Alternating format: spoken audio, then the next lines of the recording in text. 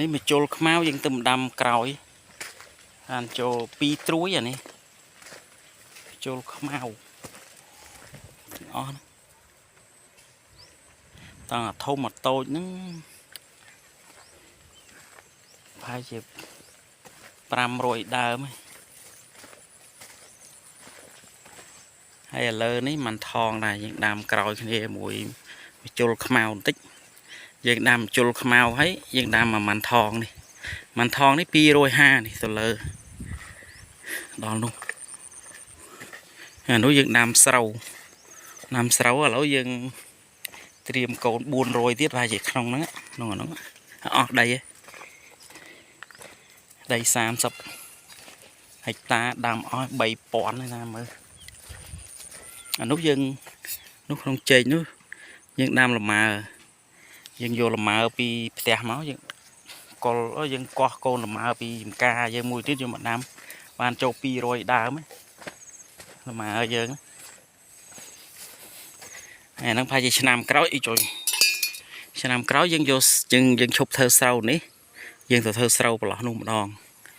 ដោយសារថាវាមានចំណូលខ្លះដែរយើងដាំចេកទៅឥឡូវយើងធ្វើស្រូវមួយយ៉ាងដែរឆ្នាំមុនម្ដុំហ្នឹងដាំពោតក្រហមលក់គេបាន1គីឡូ1000ទេបានចូល40តោនទេក្នុងហ្នឹងសាក់ពោតទាំងអស់ឥឡូវនេះយើងធ្វើស្រូវវិញស្រូវនេះបានទាំងអស់នោះតែប៉ុន្តែប្រឡោះចេកអានេះយើងដាំចេក8ម៉ែត្រមួយចឹងឥឡូវយើងអត់តាន់ដាំទុរេនយើងដាំស្រូវសិនយើងធ្វើស្រូវ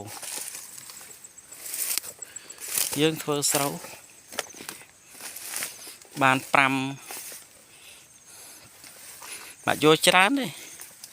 យកតែ5តោនទៅក៏បាន5តោនទៅ7តោនអីនេះចេញអស់ហើយ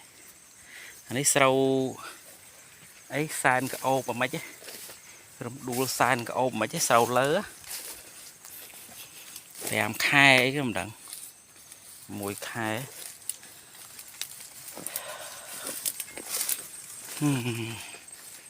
ចេញអស់ចេកនេះយើងប្រមូលផលបានមួយឆ្នាំហើយចឹងយើងដាក់ពោតកាលយើងដាំពោត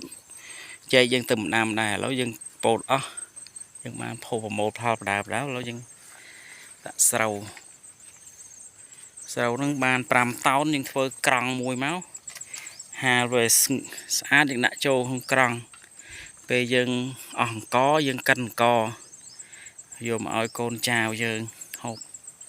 កូនចៅយើងចូល10នាក់អញ្ចឹងឥឡូវនេះយើងទិញអង្គ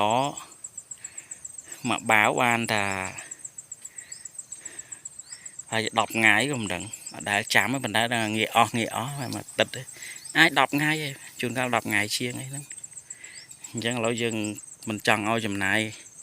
អង្គច្រើនយើងធ្វើស្រែយើងធ្វើស្រូវនេះដោយសារយើងឃើញគេអ្នកនំគេធ្វើចឹងដែរ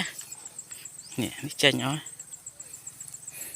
4-10ថ្ងៃអីរួចវាអាចកងុកកដាក់ក្របបដានេះដោយសារតែលើកទី1ដែរណាយើងទៅធ្វើ